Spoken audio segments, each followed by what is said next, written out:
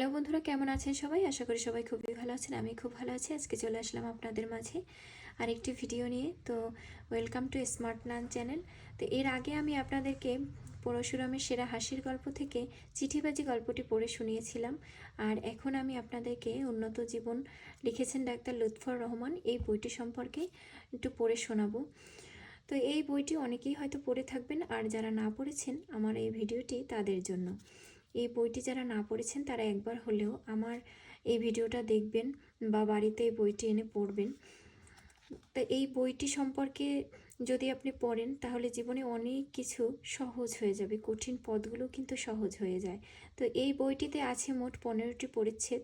তো 15টি পরিচ্ছেদই খুবই গুরুত্বপূর্ণ। এখানে আপনি প্রথম থেকে হতাশাগ্রস্ত না হয়ে কিভাবে জীবনে এগিয়ে যাবেন, লক্ষ্য স্থির করে কিভাবে সম্মানের সহিত একটা কাজ করবেন সেটা সম্পর্কে খুব সুন্দরভাবে বলা আছে, এবং বিভিন্ন মানুষের জীবনী সম্পর্কে এখানে বলা হয়েছে। কত অল্প কিছু দিয়েও মানুষ কত বড় স্থানে পৌঁছেছে, এই বইটি না পড়লে হয়তো জানাই হতো না। তো এখানে 15টি পরিচ্ছেদের মধ্যে ষষ্ঠ পরিচ্ছেদটি আমি আপনাদেরকে পড়ে শোনাবো।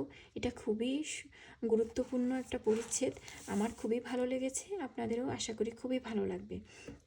তো এই পরিচ্ছেদটার নাম হচ্ছে মর্যাদা ও শ্রেষ্ঠত্বের আসন, নিজেকে শক্তি সাধনা। কোনো বংশ চিরকাল পুরনো মর্যাদা ও সম্মান নিয়ে টিকে থাকতে পারে না। জাতির যেমন পতন হয়, পরিবারেরও তেমন পতন হয়। শিক্ষা, চরিত্র ও জ্ঞান মানুষ ও পরিবারকে সম্মানই করে, অর্থে সম্মানের সব দিক দিয়েই বড় করে। মানুষ যখন মূর্খ ও চরিত্রহীন হয়ে পড়ে তখন তার প্রভুত্ব ও সম্মান থাকে না। তুমি আজ ছোট আছো, চরিত্রবান ও জ্ঞানী হও, তুমি শ্রেষ্ঠ হবে। কপালে ভদ্র বলে কারো কিছু লেখা থাকে না। জানো, মুসলমান জাতি কত বড় ছিল? জগৎ তার সভ্যতা অনুসরণ করত, গৌরব বোধ করত। তাদের পতন হয়েছে কিসে? জাপানকে সেদিন পর্যন্ত লোকে অসভ্য মনে করত, সাধনার ফলে এখন তাদের স্থান কত উচ্চে। আমাদের নাসিকা কুঞ্জনের মূল্য কি? আজ যে পরিবারকে তুমি হীন বলে মনে করছো, যাদের সাধনা ও পরিশ্রমের ফলকে তুমি ঘৃণার চোখে দেখছো, কিছুদিন পরে তোমাকে তাদের কৃপা ভিক্ষা করতে হবে। তোমার কুড়ে সন্তানকে তার বাড়ির চাকর হতে হবে। এ জগতে শুধু সাধনা, চরিত্র ও জ্ঞানের জয়। মূর্খ, কুড়ে ও মার কামারা ভদ্রলোকদের কোনো মূল্য নেই। বাপের নামে তুমি পরিচিত হতে যেও না। তুমি ভদ্র ঘরে জন্মেছ, একথা তুমি বলো না। সম্রাট জনকে যে সমস্ত জমিদার হাতের পুতুল করে রেখেছিলেন, নাম করবার মতো তাদের একজনও বেঁচে নেই। সম্রাট প্রথম এডওয়ার্ডের এক বংশধরকে মাংস বেচে বেড়াতে দেখা গিয়েছে। ডিউক অব ক্লারেন্সের এক বংশধরকে সপ্রসারায় শহরে জুতো সারাতে হয়েছিল। বিলেতের শ্রেষ্ঠ জমিদার সাইমনের বংশের একজন লন্ডন শহরে ঘোড়ার জিন তৈরি করত। অতীতকালে যারা শ্রেষ্ঠ আসনে অধিকার করেছিল তাদের শক্তি ও সম্মান নতুন নতুন মানুষের মধ্যে দেখা দিয়েছে। তুমি ছোট আছো, মহত্ব সাধনা ও জীবন সংগ্রামে তুমি জয়ী হও। মানুষ, জ্ঞান ও মনুষ্যত্বের বিকাশ তোমাতে হোক, তোমার বড় আসন হবে। রিচার্ড নামে এক দরিদ্র কৃষক শ্রেণীর যুবক বিলেতে এক মিলে কাজ করত। সে মিলে লোহার কাঁটা তৈরি করত। এই মিলের ব্যবসা ক্রমে নষ্ট হতে লাগলো, কারণ সুইডেন হতে একরকম কাঁটা আসতো, সেগুলো যেমন সস্তা তেমনি মজবুত। যুবক রিচার্ড মিলে আপন মনে কাজ করত আর ভাবত কি করে কাঁটাগুলো সুইডেনের কাঁটার মতো সস্তা এবং মজবুত করা যায়। কিছুদিন যায়, হঠাৎ একদিন রিচার্ডকে মিলে কাজ করতে দেখা গেল না। সকলে মনে করলো রিচার্ড আলসেমি করে সেদিন কাজ করতে আসেনি। বস্তুত তখন পাগল বেশে একখানা বেহালা কাঁধে ফেলে একটা মহা উদ্দেশ্যের বুকের ভিতর চেপে রেখে সুইডেনের জাহাজে পাড়ি দিলেন। স্বদেশের এই লাভজনক ব্যবসাটিকে বাঁচিয়ে দেশের মানুষের সম্পদ অক্ষুণ্ণ রাখাই তার উদ্দেশ্য ছিল। তার গান গাইবার ক্ষমতা ছিল। যথাসময়ে সুইডেন পৌঁছে সেখানকার মিলওয়ালাদিগকে গানের দ্বারা মুগ্ধ করে একটা আধ বোঝা বোকারূপে সে কারখানায় প্রবেশ করার ও থাকার অনুমতি পায়। সকলে মনে করতে লাগলো লোকটা বুদ্ধি নেই, শুধু একটু গাইতে পারে। কেউ তাকে সন্দেহ করল না। কারোর সন্দেহর পাত্র না হয়ে রিচার্ড দেখত কী উপায়ে এরা কাঁটা তৈরি করে, তাদের মিলের বিশেষত্ব কোথায়। এমন করে কয়েক বছর কেটে গেল। এক প্রভাতে মিলওয়ালা দেখল তাদের বহুদিনের সঙ্গী সে চেনা পাগল আর নেই। রিচার্ড যখন বুঝেছিলেন কাঁটা তৈরির সব কৌশল শেখা হয়েছে, তখনই তিনি পালিয়েছিলেন। স্বদেশ প্রত্যাবর্তন করে তার সাহসা অন্তর্হিত হবার অর্থাৎ সুইডেন যাত্রার কারণ যখন সকলকে জানালেন, তখন মহাজনেরা লাভের আশায় উৎসাহিত হয়ে রিচার্ডকে ম্যানেজার করে এক বৃহৎ কারখানা স্থাপন করলেন। রিচার্ডের নির্দেশ অনুযায়ী যন্ত্রপাতি স্থাপন করা হলো, কিন্তু বড় দুঃখের বিষয়, কল চলল না। সকলে নিরুৎসাহিত হয়ে পড়ল। রিচার্ডও যথেষ্ট অপ্রস্তুত হলেন। রিচার্ড ভাবলেন, এত কষ্ট, অর্থ, পরিশ্রম সবই কি বৃথা হলো? রিচার্ডের বিশ্বাস ও মনের বল কিন্তু কমল না। ভাবলেন তার নিজের পর্যবেক্ষণে ভুল আছে। আবার তিনি একদিন ছদ্মবেশে দেশ ত্যাগ করে সুইডেন উপনীত হলেন। বহুকাল পরে মিলওয়ালা তাদের পুরনো বন্ধুকে দেখে খুবই খুশি হলো। এবার অধিকতর মনোযোগ ও অভিনিবেশ সহকারে তিনি তাদের মিল পর্যবেক্ষণ করতে লাগলেন। আবার অনেক বছর তার সেখানে কেটে গেল। অধ্যবসায়, মনোযোগ ও চেষ্টার ফলে সমস্ত ভুলের যখন মীমাংসা হয়ে গেল, তখন রিচার্ড আবার একদিন পলায়ন করেন। এবার তাকে অপ্রস্তুত হতে হলো না। ইংল্যান্ডের একটি অতি লাভজনক ব্যবসার পথ তিনি প্রস্তুত করলেন। স্বদেশের ধন সম্পদ তার অমানসিক চেষ্টার ফলে অনেক পরিমাণে বেড়ে গেল। সম্রাট দ্বিতীয় চার্লস এই ত্যাগী মহাপুরুষের গুণ স্বীকার করে তাকে স্যার উপাধিতে ভূষিত করলেন। সামান্য কৃষকের সন্তান ইংল্যান্ডের শ্রেষ্ঠ মনীষী সম্প্রদায়ের আসন লাভ করলেন। তেমনই একটা গল্প হলো উইলিয়াম ফিলিপসের জীবন কাহিনী। অতি বিস্ময়জনক। সামান্য রাখাল বালক উইলিয়াম নিজের শক্তিতে সম্রাটের দ্বারা সম্মানিত হয়েছিলেন। রাখালের পক্ষে দেশের শ্রেষ্ঠ উপাধি লাভ করা সামান্য কথা নয়। মানুষ শক্তি ও গুণকে অবহেলা করে না, তাতে যে তাদের নিজেরই ক্ষতি। জ্ঞান, গুণ ও শক্তি মহামানুষের অবলম্বন, পিতার নাম নহে। জানো না, খোদার কাছে গুণ ছাড়া অন্য কিছুর আদর নেই। উইলিয়ামের বাপ বন্দুক সরার কাজ করতেন। উইলিয়াম আর তার ভাইয়েরা একুনে ছিল ২৬ জন। সকল ভাই মজুরের কাজ করে বাপকে সাহায্য করত। উইলিয়াম গরু চড়াতেন। রাখালের জীবন নিয়ে থাকতে উইলিয়াম জন্মেছিলেন না। ভেতরে তার শক্তি ঘুমিয়েছিল। তার ইচ্ছে হলো উত্তাল সাগর তরঙ্গে সঙ্গে তিনি খেলা করেন। অন্তহীন নীল সমুদ্রের উপর দিয়ে জাহাজে দেশে দেশে ঘুরে বেড়াতে তার বাল্য হৃদয় ইচ্ছা হলো। কোনো সুবিধা না হওয়ায় তিনি এক জাহাজের মিস্ত্রির কাজ শিখতে লাগলেন। অল্প সময়ে জাহাজ নির্মাণে তিনি দক্ষ হয়ে উঠলেন। এই কাজ শিখবার কালে অবসর সময়ে তিনি বই পড়তেন। জাহাজের কাজ আরও ভালো করে শিখে তিনি বোস্টন শহরে নিজেই জাহাজ নির্মাণ আরম্ভ করেন। এখানে তিনি এক বিধবার পানি গ্রহণ করেন। ব্যবসা বেশ চলছিল।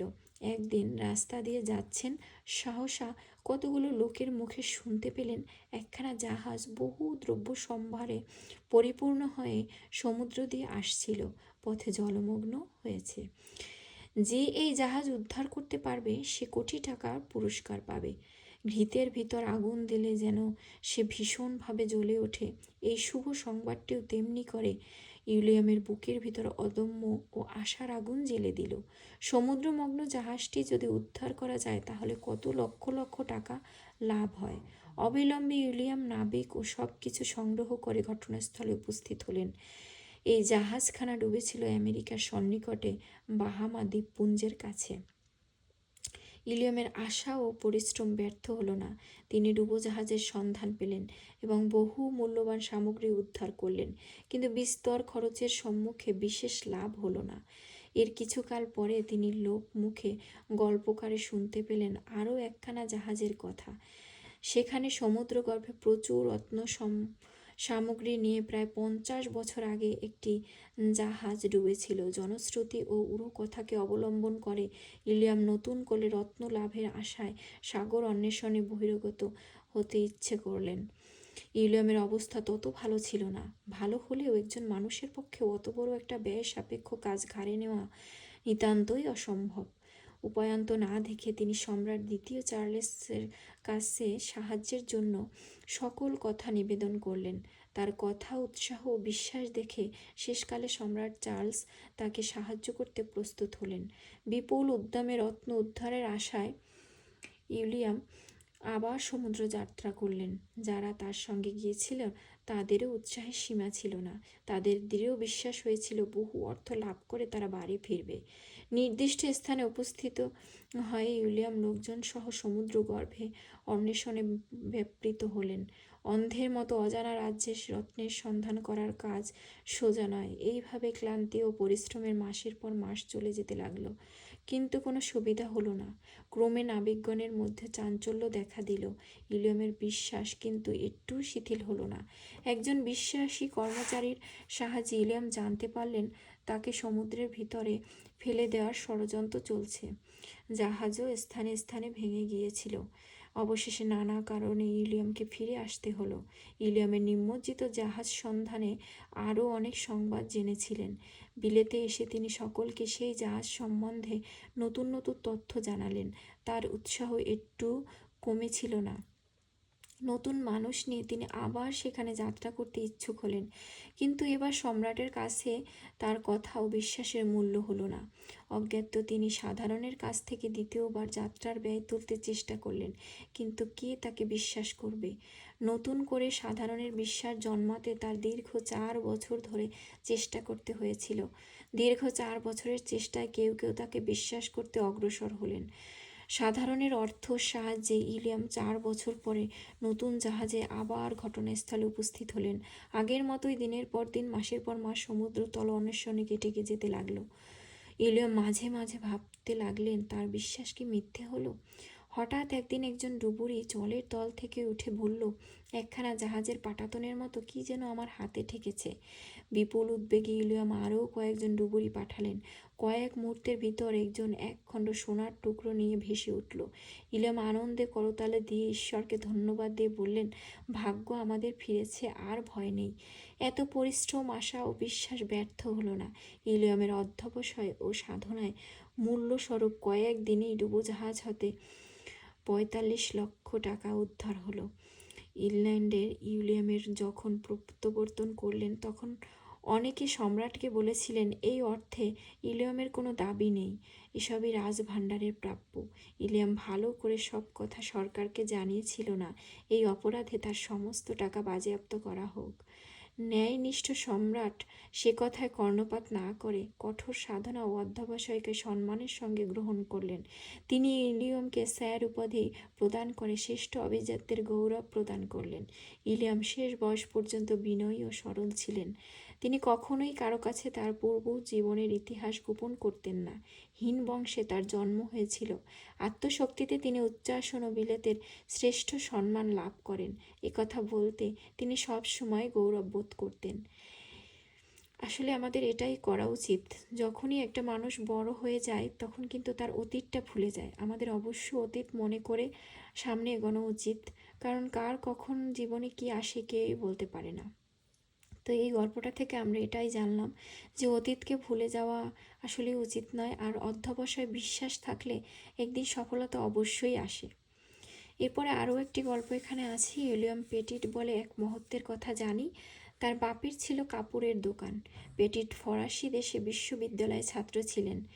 সেখানে যেভাবে তিনি কলেজ ও নিজের ব্যয় নির্বাহ করতেন তা শুনলে তোমাদের অনেকেই মনে সাহস আসবে। কলকাতার রাস্তায় রাস্তায় ছোট ছোট মনোহারী দোকান দেখেছ? পেটিট তেমন করে পথে পথে ফেরি করে ছাত্রজীবনের ব্যয় সংগ্রহ করতেন। পড়া এক রকম শেষ হলে তিনি দেশে ফিরে এক জাহাজে চাকরি গ্রহণ করেন। সে কাজে তার পোষালো না। জাহাজের কাপ্তান তাকে একদিন অপমান এমনকি প্রহার করেন। ঘৃণায় ও লজ্জায় পেটিট কাজ পরিত্যাগ করে পেরি শহরে ডাক্তারি পড়তে চলে গেলেন। পেরি শহরে এসে তার যার পড়া নাই কষ্ট হতে লাগলো। খালি পেটে জলে ভর্তি করে অনেক সময় তাকে পড়ে থাকতে হতো। এই দুঃখ অভাবের মধ্যেই অতি কষ্টে কয়েকটি টাকা সংগ্রহ করে পেটিট আগের মতো আবার ফেরি করা আরম্ভ করলেন। ফেরি করতেই তিনি ডাক্তারি পড়া শেষ করলেন। ডাক্তারের সঙ্গে সঙ্গে সাহিত্য সেবা করতে লাগলেন। ক্রমে তার শক্তি ও প্রতিভার সুখ্যাতি চারদিকে ছড়িয়ে পড়ল। দেশের মানুষের শ্রদ্ধা তিনি লাভ করতে আরম্ভ করলেন। নানা বিষয়ে তিনি প্রবন্ধ লিখতেন। চিন্তা কখনো দর্শনের জটিল তত্ত্বে, কখনো অঙ্কশাস্ত্রে, কখনো কাপড় তৈরির পন্থা নির্ধারণে, কখনো রং প্রস্তুত করবার কৌশল নির্বাচনে নিবদ্ধ থাকতেন। ব্যবসা করে পেটিট যথেষ্ট অর্থ উপার্জন করেছিলেন। এই কর্মী উইলিয়াম পেটিটের গুণ ও শক্তি সাধনা সম্রাট শ্রদ্ধার সঙ্গে স্বীকার করেছিলেন। সম্রাট কর্তৃক উইলিয়াম শ্রেষ্ঠ উপাধিতে ভূষিত হয়েছিলেন। নেলসন ও ওয়েলিংটন আদৌ বনেদি ঘরের ছেলে নন, অথচ ব্রিটিশ জাতির পিতা তাঁরই বিলেতের এক লর্ড একখানা ছোট স্যাঁতস্যাঁতে গর্তের মতো ঘরের দিকে আঙুল উঠিয়ে তার ছেলেকে একদিন বলেছিলেন, ওই ঘরখানিতে তোমার বুড়ো দাদা মানুষকে খেউরি করাতেন। খেউরি মানে নাপিত, দাড়ি কাটে এরকম কিছু। তোমার দাদা ছিলেন নাপিত, আমি হয়েছি লর্ড। শক্তি সাধনার মানুষ বড় হয়, এই বিশ্বাস দেবার জন্য তোমাকে এখানে এনেছি। ঊনবিংশ শতাব্দীর অন্যতম শ্রেষ্ঠ পুরুষ গোলখেল ছিলেন দরিদ্র সন্তান। নিজের শক্তিতে তিনি ভারত ছাড়া বিদেশে উচ্চসন ও শ্রদ্ধা লাভ করেছিলেন। স্যার উপাধি গ্রহণ করতে তিনি স্বীকৃতি হন নাই। দরিদ্র গোখেল নিজেকেই কত উচ্চ আসন দিতে পেরেছিলেন। সম্রাট সবুক্তগিন ছিলেন কৃতদাস। কুতুবুদ্দিনও পরের কতিপয় সম্রাট ছিলেন দাস। দাসের জীবন হতে হয়েছিল তারা সম্রাট, মানুষের মহাসেবক, জগতের ধর্ম ও সভ্যতার শান্তিরক্ষক। আশা করি আপনাদের সবারই এই ষষ্ঠ পরিচ্ছেদটি খুবই ভালো লেগেছে। আমারও খুবই ভালো লেগেছে।